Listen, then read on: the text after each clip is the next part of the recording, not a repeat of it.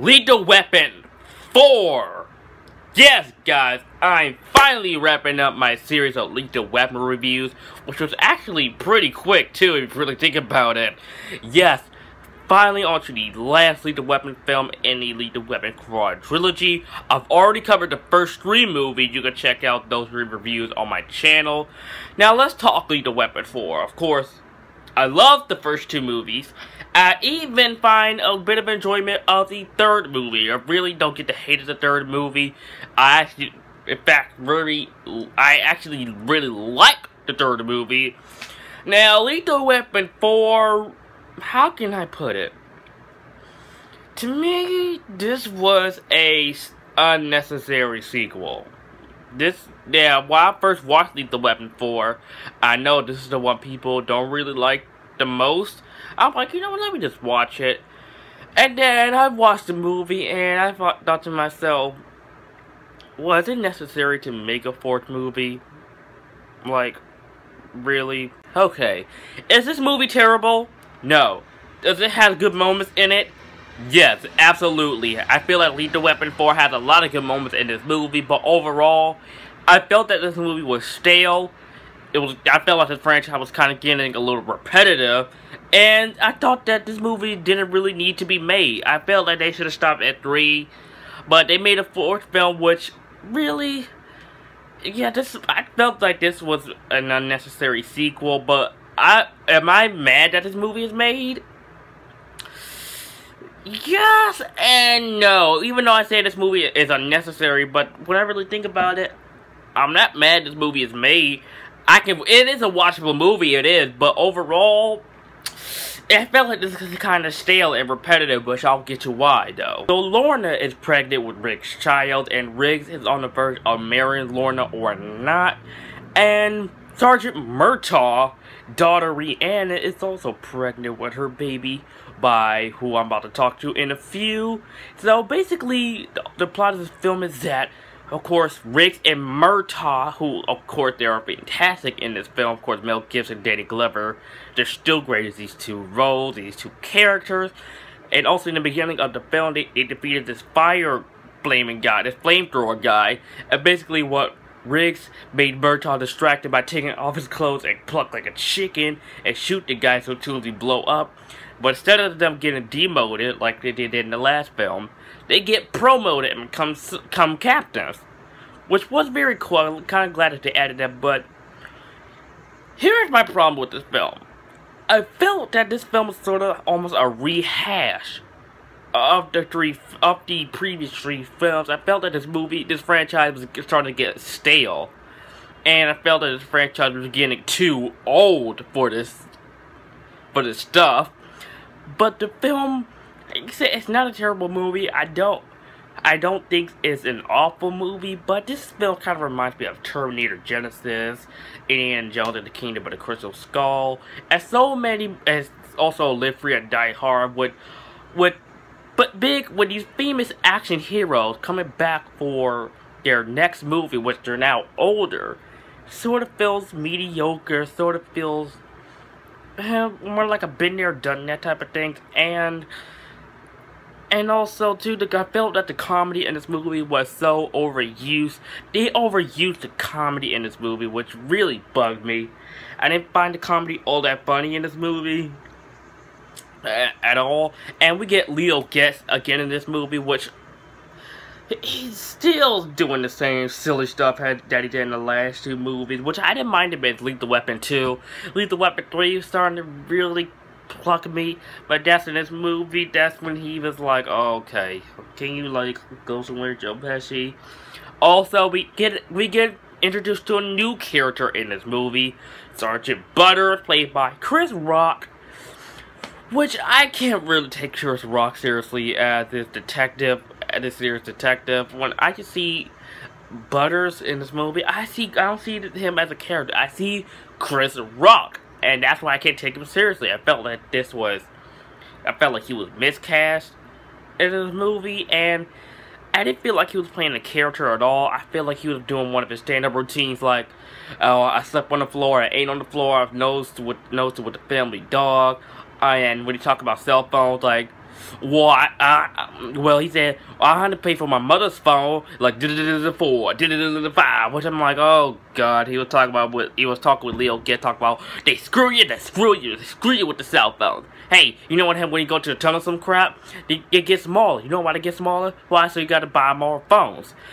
It's like, the comedy in the movie, it's terrible, Butters is the baby daddy to Rhiannon, which really, this is what the running gag in this movie, where Murtaugh wonders why Butters is so nice to him, which he doesn't know that he's actually the son-in-law to him, but to the point where Butters is acting all nice and genuine to him, to the point where Murtaugh thinks he's actually gay, which I'm just like, okay, y'all. Okay, like, okay. Another negative I do gotta say about this movie is that I felt that Riggs was almost out of character in this movie. He was kind of more soft. He was more of a softie in this film than he was in the last 3 movies. And people complain about Lethal Weapon 3 that he was out of character when he making all the goofy faces to the dog and making sort of all these jokes in Lethal Weapon 3. But no, he was still that same almost suicidal and crazy loose cannon in Lethal Weapon 3. If you see that scene towards the end where Lorna gets shot by Jack Travis, where he just messes him up, he was still the same psychotic Riggs in Lethal Weapon 3 if you go back and watch that movie. But in this film, he's more of a softie, and really, I get it. He's gonna be a father. I know he's gonna get married to Lorna. I know, and also in this movie, Riggs is also getting too old for this. Where in that boxing scene in this movie where there's at the locker, in the locker room where Riggs and Murtaugh were talking, Murtaugh tells Riggs, "You getting over this stuff too?" That's where Riggs was like, "Yes." And I don't know if I can complain about that since he is getting older, but I felt that it was almost like out of character for Riggs. Okay, despite some of the negatives I do gotta say about this movie, there are some good moments in this movie, like Jet Li, who plays a pretty intimidating villain in this movie. This is actually my second favorite villain in this Lethal Weapon quadrilogy, first being Mixed McAllister and Joshua, then Jet Li, then the South African diplomat, then Jack Travis. Jet Li was a pretty awesome villain in this movie. He kicked a lot of butt in this movie. This actually was his first American film that he was in. Of course, Jet Li was known to be more of an international action star in China or Japan. Excuse me if I'm wrong. But Jet Li was kicking a lot of butt in this movie. He kicked the living crap out of Riggs in this movie. Actually, my favorite scene is in this movie where they went to Murtaugh's house and the Chinese immigrants are there. They are held in Trish, Rhiannon, and Lorna captive. And basically Riggs and Murtaugh and Lorna just kicking the crap out of them. And then Jet Li kicking the crap out of Riggs. Which I'm like, oh crap, okay. Despite some of the negatives I do gotta say about this movie, it is almost saved with the best scene in the movie. And that scene alone, which is praiseworthy. That was awesome. I get that 2 thumbs up. 2 thumbs up. Also, Riggs and Murtaugh again, they're still great. They're still great at these roles. And the score is still great by Michael Kamen. Rest in peace. Yeah, but this movie has a lot of good moments in this film. And I do gotta say, I will admit, the ending with Leo when he talks to Riggs about his dead frog, it was touchy. I will gotta say, that was a pretty touchy scene. It actually, as soon as that scene comes up, I actually forget about all the silly stuff that Leo does in this movie. It actually makes him more of a human, which I'm like, okay, Leo. Okay, despite some of the stuff you did earlier, you're a good guy. You're right. Now, the final fight scene in this movie with Riggs, Murtaugh facing against Jet Li was epic, especially with the rain. It's dark. It's very intense. They get all bloodied up, all beat. Oh, it was so great. It was so great. That scene where they're in Murtaugh's house, and that's what you gotta say about these Lethal Weapon movies. Oh, something always happens in Murtaugh's house. Like, this car smashing into Murtaugh's house in the first film, and him being on a toilet and the toilet just explodes because there's a bomb in there in Lethal Weapon 2. I don't know if anything happened in Lethal Weapon 3, but in this film, his house get burned down.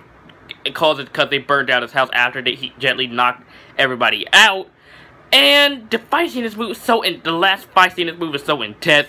Loved it. Loved it. Loved it. Now, final thoughts. Lethal Weapon 4 is by no means terrible. It's not an awful movie. It's not an abomination against humanity. But this movie is unfortunately a lackluster sequel. I find myself the least enjoyment out of all 4 of them. I can still watch the movie when I marathon all 4 of these movies, because this is one of those franchises where I can marathon each movie. But it is a watchable movie, but compared to the other 3, I felt the least enjoyment out of all of them. This movie has a lot of great moments when it comes to the action scenes. Jet Li, Mel Gibson, Danny Glover as these 2 characters were great. But however, the film feels so unnecessary, and the comedy was so forced and phony. Where this movie also feels like a comedy movie with great action in it. And that's the biggest problem with this movie. It feels more of a comedy with Joe Pesci and Chris Rock. And really, it really hurts the movie a lot. And the movie also, the ending is very touching, where Race has his baby and also Butters has his baby too. I see the picture.